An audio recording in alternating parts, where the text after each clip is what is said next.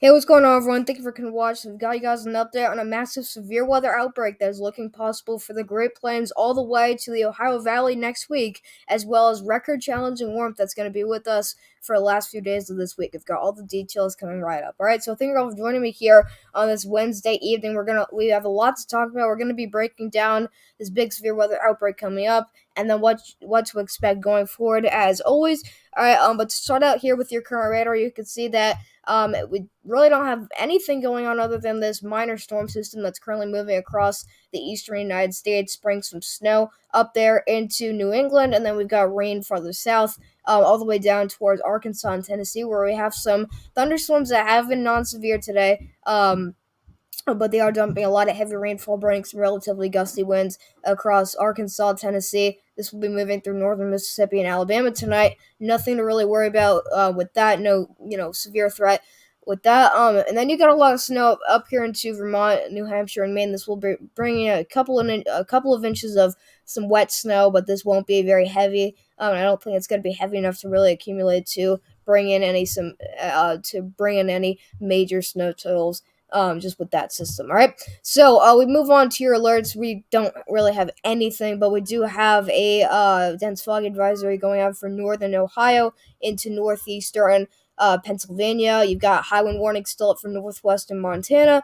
You've got one or two counties out here actually in the northern Mississippi that's currently under a severe thunderstorm warning. So these storms actually have gone severe. Some of these. All right, you got a few flash flood warnings scattered here and there, but we do actually have a severe thunderstorm warning. So just be aware that it is possible for those storms to go severe. So make sure you've got alerts on and ready just in case you get hit by a severe storm tonight.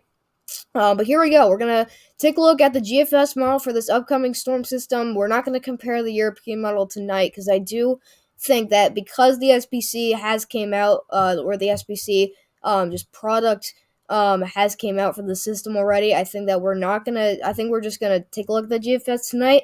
But I do think that I'm going to want to take a look at the GFS and the European model tomorrow night. But we're going to start with the GFS right here. All right, so let's put this ahead here. Notice how we've got high pressure that's actually trying to keep everything farther north. That was something I don't think the GFS was showing last night. So interesting to see that. And there it is, the storm.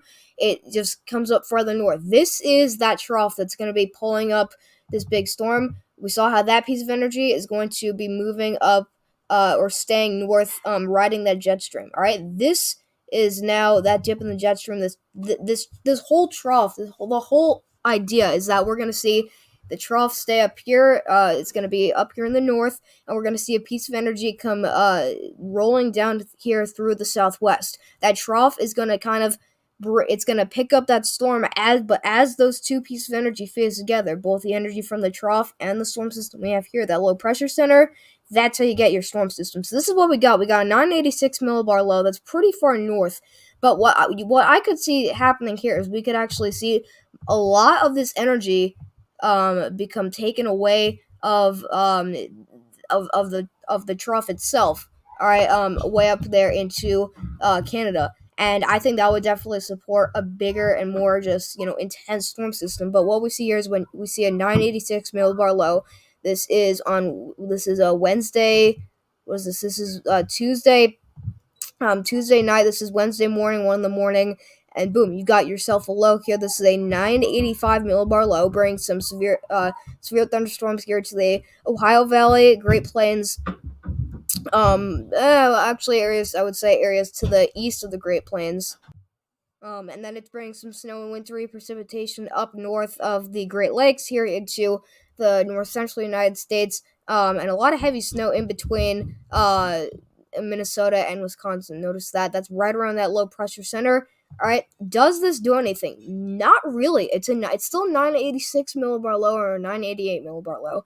It's a big storm system, but that's not the main show. We still have so much energy and precipitation left over back here on the backside. And the GFS is doing the same thing it was doing a few nights ago, where it takes a lot of energy away from the trough, and it creates that big storm system. Then you get a second one, all right, behind it, and that's the one that creates the severe weather. All right, I hope that made sense. I don't know if I worded that in the best way possible, but Anyways, this is your second storm coming through, and you can actually see this is that second piece of energy that you're seeing coming down from this northwesterly flow. All right, and you can see a lot of snow is breaking out across portions of the central plains, and you've got your severe weather event ongoing here across the lower Midwest. This is on Wednesday. This is 7 in the morning on Wednesday here. This is when severe weather may get very active across the Midwest here in the Ohio Valley, and then you got yourself a low here, and this is a negatively tilted trough. All right, and so it's hard to explain troughs, but basically what a trough is, it's basically a dip in the jet stream, a disturbance in the jet stream that basically that's the thing that picks up our storm systems, and it's associated with a piece of energy, and you can also argue that it's the same word for a storm system, a trough. All right, so whenever you get a storm system that rides the jet stream here, this is a trough. All right, and it's also a dip in the jet stream. And so there goes that first one, that storm system. Then here comes your second one. And at this point, this is a negatively tilted trough. All right. And we say that a lot, but it's got kind of a hook to it. So yeah, that's basically what we're talking about here. But this is 7 p.m. on Wednesday. All right, this is Wednesday evening. This is when severe weather may get very active. I would say very active. This is going to be your day 2 of severe weather across the Ohio Valley, and then you've got snow. It doesn't look too heavy, but you do have some snow up here into Iowa, into Wisconsin. All right, and then this gets very active, and I've been pretty, just I've been watching this, all right, very closely. But the GFS has been just overall really putting the hammer down on some of these areas and really just, increasing the potential of this storm system and just the severity and just how strong it gets here. And we get this down to a 995 millibar low. That's not a strong low pressure system, I would say, yet, but this is definitely deepening. This is just going to continue to get stronger, and you've got at this point a big time Ohio Valley severe threat. This is the GFS is pointing more towards like a Wednesday night severe weather event, and I think that this would really be a multi-day severe weather event where, or in this case, maybe an outbreak. But this would definitely be one where those live streaming channels, Ryan Hall, you guys, I know I can't live stream on my channel yet. All right, I'm too young. But if this turns out to be a significant event, meaning a severe weather outbreak, I want you guys to watch Ryan Hall's live stream if you are in one of these areas that are going to be impacted by the storm system, by the severe weather. Because he would probably, in this case on the GFS, I think the GFS is leaning more towards a multi-day severe weather outbreak where we don't just go like one day for a few hours and one day for a few hours, what you could still say is a multi-day severe weather outbreak, but more or less just a continuous round of storms where we get only like one small break before the next round comes in. All right, but this is showing, the GFS is showing a big time storm, 1 in the morning on Thursday. All right, this is a big time severe weather event all the way up from Ohio down to really the Dixie Alley and into northern Alabama, northern Mississippi. You got 995 millibar low, bringing some rain for the interior Northeast, snow on the backside for the Great Lakes, the northern Great Lakes region up here towards Lake Superior. All right, up towards up towards Michigan and up towards Wisconsin. That's where you're seeing all the only wintry precipitation from this as far as the United States goes. If you're north here into Canada, like Ontario, in southeastern Canada, you're going to stay probably as like a mix here, because we actually do see a pretty broad area, considering what we usually see with winter storms, a pretty broad area in this case that we see just a wintry mix, meaning freezing rain and sleet. And then this really starts to become influenced by that dip in the jet stream, the cold air, the cold blast here. And this is starting to bring in some heavier totals with the amount of moisture this storm will have at this point. It's going to start to be able to really dump a lot of snow over portions of the Great Lakes here.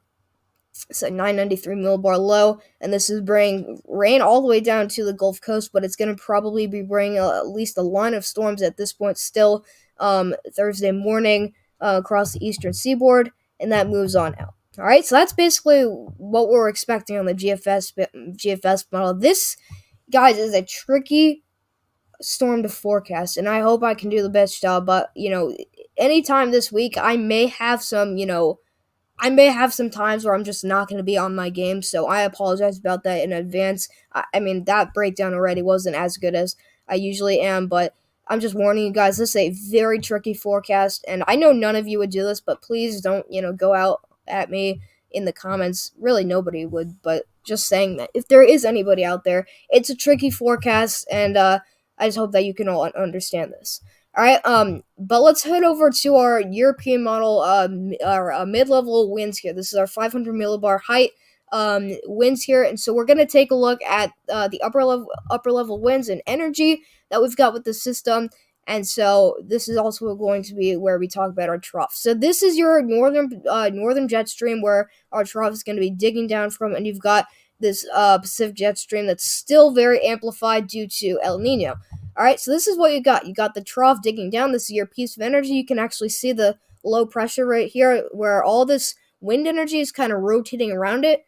That is what you get. This is your trough. This is your storm system. Now these two things face together and boom. Look at this. You've got a strong mid-level jet, a lower to mid-level jet here that's really racing across the lower Midwest into areas to the west, really, of the Ohio Valley. I'm going to repeat that area a lot, but this is really a 80 to 95 knot jet here. And this would be considered strong, but I think that if we got up to, let's say, 100 knots, I think if we get up to 100 knots, that's going to support damaging wind gusts and a tornado threat. But we just don't see that here yet. And I don't know. All right. It's tough. We're gonna have to figure this out, but I just think that based off the models here, the European model at least, the European model has not been hyping this up, which is a good thing, but it does actually get this very strong though. But as a severe threat kind of dies down, but it brings us very far north. We actually see the jet stream here get up to about 110 knots. This would support big time damaging wind gusts and tornadoes if you get changing heights, which is a little bit more complicated, and I can't really explain that yet because we don't have the complete details, but this would definitely support a higher severe threat. This would be farther north on the European model, which would be more of a bad scenario here. All right, but this is showing more of a Thursday, like a Wednesday, Thursday kind of event here before this goes non-severe, these thunderstorms, but we still got a very strong mid to lower level jet across portions of PA. This is southern Ohio, Kentucky, all right, or yeah, so West Virginia. My bad. But I mean, you've got a 120 knot jet stream here, and I mean, this would be definitely strong enough to support still some gusty winds, in general. But I don't know. It's guys, it's a very tough forecast. But what I'm worried about is right here, where we can see that low pressure is actually right here, and you see how these winds get very. They get right up against. They press right up against this low pressure here, which this would probably be a negatively tilted, a slightly positively tilted trough. I mean, I can definitely see why this is shifting further north. The severe threat, the GFS. Remember, the GFS wanted the line of storms actually to be bigger. I think we're going to see discrete supercells if we see what the European model just has for us here. But we can still have a 90 knot jet stream here all the way down to Tennessee. I mean, we're at 85 right here, but you get what I mean. We'll look at the GFS. All right, we'll look at the GFS. Does it bring this farther south? Does it bring it to the north like the European model? And it does bring it farther south. It's been doing that all the time, but this would be definitely more of a damaging wind gust kind of scenario here. Look at this dry line. All right, you can even see it. I mean, just the gradient is very sharp here, but this would definitely bring a hot. I could just see this bringing a higher damaging wind gust threat in a tornado threat. This would be a classic tornado threat where we get discrete supercells, and then overnight, you have those supercells that kind of emerge into a line of thunderstorms, which is a quasi-linear convective system, which basically is fancy for a squall line, which is that line of severe thunderstorms that race across an area associated with a low pressure center, a storm system, and it's basically a damaged wind gust line. All right, but this is an interesting thing on the GFS. It really gets this strong and amplified over Illinois, Indiana, and Ohio, which I think the SPC agrees more with that. But this is still farther north. But this is showing more of a widespread area in the stronger jet stream winds, and that's what the SPC issued. So the fact that it was a very broad area on the SPC kind of shows you that we really don't have big time um we don't have good we don't have great I don't even know what to put it. We don't have a good like forecast yet. This is not a forecast, by the way. This is just us looking at the model trends here. But we don't have great certainty on this storm system, and the fact that we see a 15% slight risk, which we'll get to, but a big broad area on the SPC, pretty far out, just shows you that we have a general idea that we're gonna get a big storm system, a big severe weather event, maybe an outbreak. We don't know that yet, but we just have to see what the models kind of fixate on and if the dynamics and thermodynamics are going to line up. All right, but this is the GFS model. It really gets this strong, and then you can see right after it moves through really the Ohio Valley with this dry line racing behind it, it gets strong, and it gets strong over the northeast, just brings some gusty winds. So that is those are the 500 millibar winds. So those are your dynamics. Now let's look at your thermodynamics. We're looking at dew points here, surface based. All right, so this is basically this is the humidity that's on the surface. And you can see we're seeing dew points rising into the 50s and the 60s down here into the in coastal Texas. All right, I'll start out this segment of the video by just saying that when you're looking for high dew points to support severe thunderstorms, you're looking for generally 50 to 60 degree dew points. If you get up to 70 degrees, that can definitely support long track severe thunderstorms, and that's where you can really be sure that you're going to get a significant event out of that. But if you get dew points in the upper 50s and the 60s, that can definitely support non-severe thunderstorms and severe thunderstorms. But this is what we get here. This is the Gulf moisture that's bringing a lot of moisture up ahead of these storms. This is that warm sector that's going to be ahead of the storms, which will be back here. All right, but this is a pretty strong dry line that's racing to kind of cut this thing off, and then this is these dew points are only down are down in the 30s. All right, so that's pretty low there, and that's a pretty strong dry line, and this is the thing that's gonna kill the storms, if they don't fire early enough. I would say it's really this it's this dry line, guys. You're seeing dew points get down into the 20s, and then in some cases the teens here. But look at this very sharp gradient between mid to upper 60s for your dew points to the 30s and then the 20s. All right, so this really is gonna just shove these storms off to the east, which would probably have these storms create a damaging wind gust line. There's so many moving parts, guys, and so many things that you gotta talk about here. But this is just a lot of dry and cold air that's going to just destroy that chance for severe thunderstorms if we see this happening. We still got very high dew points, still in the 60s here across portions of the Gulf Coast here. We still got dew points rising in the 50s across the East Coast. What about those areas that we're talking about for that high severe threat? Well, here it is, Eastern Texas. We're seeing dew points get up around 63 degrees. Same thing for Louisiana, but look at the Gulf Coast, 66, 67. But you're seeing the upper 50s to low 60s all the way up to Illinois. We're actually right here, 61 degree dew points right here in the west central Illinois. So it's possible, the severe threat is possible all the way up here, which is very far north. And we've seen this a lot on all the runs of the GFS. We've seen this a lot. All right. The GFS and the European model both bring the severe threat farther north. And then that dry line just continues to sweep these storms off to the east. So that's just us taking a look at the models, putting them overlapping together, the thermodynamics and the dynamics, and just seeing where everything lines up.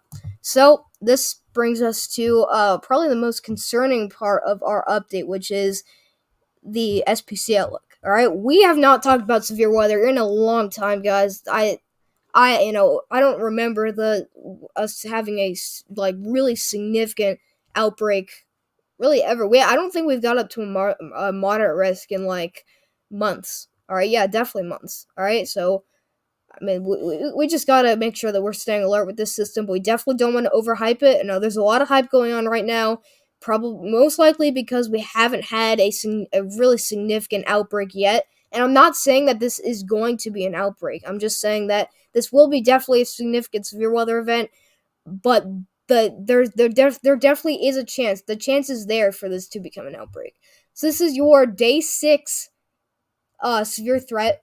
So this would be for Tuesday, or this is Tuesday to Wednesday, and basically what you've got is you've got a 15% chance of severe thunderstorms extending all the way up from uh, Chicago all the way down to extreme northeastern Texas. This is all the way up from northern Illinois down through Missouri. This is including St. Louis. This goes all the way down through northern Little Rock, northern Little Rock, northern Arkansas, southeastern Kansas, and then eastern Oklahoma and northeastern Texas. All right, there are some big cities out here. We're gonna read off the names. You got Chicago, Illinois; Tulsa, Oklahoma; St. Louis, Missouri; Little Rock, Arkansas; and Aurora, Illinois. All right, total population of 21.5 million people. That's a big area, guys. And I mean, this is what we're talking about with a broad area. And we'll switch this to the day 7, and you get what I mean. I mean, this is a big area that's under a 15% risk, which, by the way, these two areas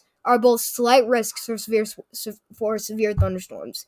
So that means that you've already got a level 2 to 5 risk for anybody in this yellow shade here already on the day 6 and day 7. All right. And so we don't have a 30% chance yet. Okay, I think it's possible. I think that we're already running out of time for this to be upgraded to a 30% risk. I don't think we're going to get up to that. But if, let's say, we do get upgraded to a 30% risk, that's when we turn on outbreak mode. But we're not there yet. We don't know if that's going to happen. We'll just have to wait. All right, but this is Wednesday into Thursday, and you've got a 15% slight risk for severe weather all the way up from southern Ohio, southern Illinois, southern Indiana, all the way down to the Dixie Alley, and then you've got northern Mississippi, northern Alabama, northwestern Georgia. You've got eastern Arkansas, western and central Tennessee, southeastern Missouri, and then all of Kentucky here. Really is under this 15% slight risk. You've got a total population in this area of over 30.5 million people. That is incredible. That's just incredible. You know how big and how broad this area is already.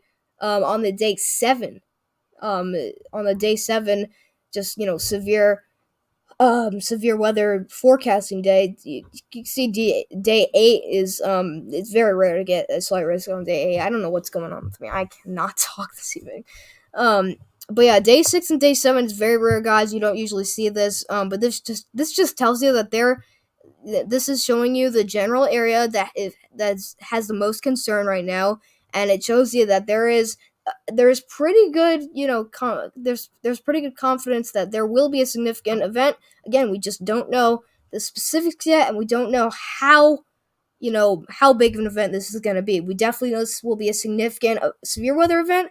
We don't know if it's going to be an outbreak or if this is or anything. All right, we just know we're going to have a severe weather event. It's going to be most likely significant. Day 6, day 7, and that's pretty much all we know. All right, we know where it's going to happen as well. So that is the end of that storm system and that severe weather event. Now let's move on and let's get into March here. Now at this point our 2 storm systems have moved out, and look what time we're at. It's February 29th. It's March, guys. Spring is in the air. Spring is almost here. Is winter actually over? Well, it may be for some areas, but I do think we're going to see some more cold shots come in, some more final breaths of winter. But I do think, guys, this is like a long range just assumption, but I do think that towards the back end of March, we're going to see big time warm-ups, but also big time severe weather events, a lot of rainstorms. All right, so what happens after our 2 storm systems? Well, this is March 2nd here. This is on Sunday of like 2 weeks out or 1.5 weeks out. We've got a lot of energy that's flying around. You got a low that's too far north to really do anything, but we actually do see this bring some energy from the Atlantic up. I don't know what this is, but this is showing like a subtropical storm. Oh, this is ridiculous. What is? Oh my gosh. So this is one of the crazy 18 ZGFS things that's going on, but we actually get a 997 millibar low that looks like a tropical depression, or at least at this case, probably be a subtropical storm. But we get a subtropical storm that brings very heavy rain and very strong winds up the east coast. That's associated with this low pressure system way up into Canada, probably a trough with that.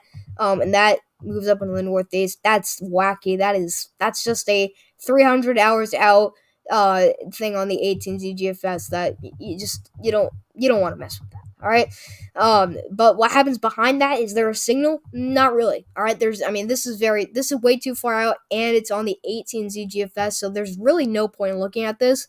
But we're just looking for any signal of a significant storm system like these, that's going to be happening as we get into March here. Which actually now March 1st is in the midterm, which is pretty exciting. So we're getting close to spring. It was a long winter, but spring is in the air. Spring is coming, and we can actually already feel the effects of spring coming on as we take a look at our 8 to 14 day temperature outlook for March 1st to 7th. This is going out for the first week of March. This is your first week of March outlook as far as temperatures go. And look at this. We are expecting well above average temperatures for the entire eastern United States. But the Great Lakes, oh my gosh, 80 to 90% chance of above average temperatures. This is calling for 50s and 60s, and somebody, if you're like even if you're not in the highest threat for above average temperatures, but if you're far enough south, you're going to be getting into the 70s. It's balmy already for some areas. I know. More weather. He does great forecasts over there. He actually posted on Twitter that his temperature is already in the 70s, so that's crazy. But it's just going to continue to be very warm out here as we see high pressure really dominate this area with much above average temperatures across the United States, just this portion of the United States, as the West Coast remains very cool. All right, we stay below average for really the first week of March, but the Northeast, the North Central United States, the Midwest, the Ohio Valley, everybody in the Central and Eastern United States is going to be very warm as we enter March. All right, so that's all I got for you guys. Thank you so much for coming to watch. We'll see you guys in the next video. Stay tuned. We got more updates on the way. We're going to look at what we got tomorrow. I don't think we're going to have any change. We may have a change, maybe like a slight change in the shape or just the highlighted area of the SPC outlook.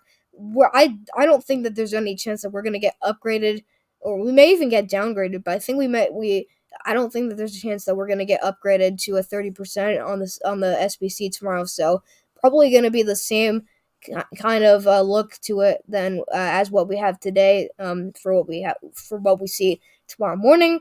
All right, and yeah, we're just gonna continue to grind. I'm gonna continue to post these updates on whatever happens weather-wise across the country and whatever happens with the forecast for this big severe weather event and this big storm system coming up. All right, so enjoy your day, enjoy your week, and thank you all for watching. See you guys next video.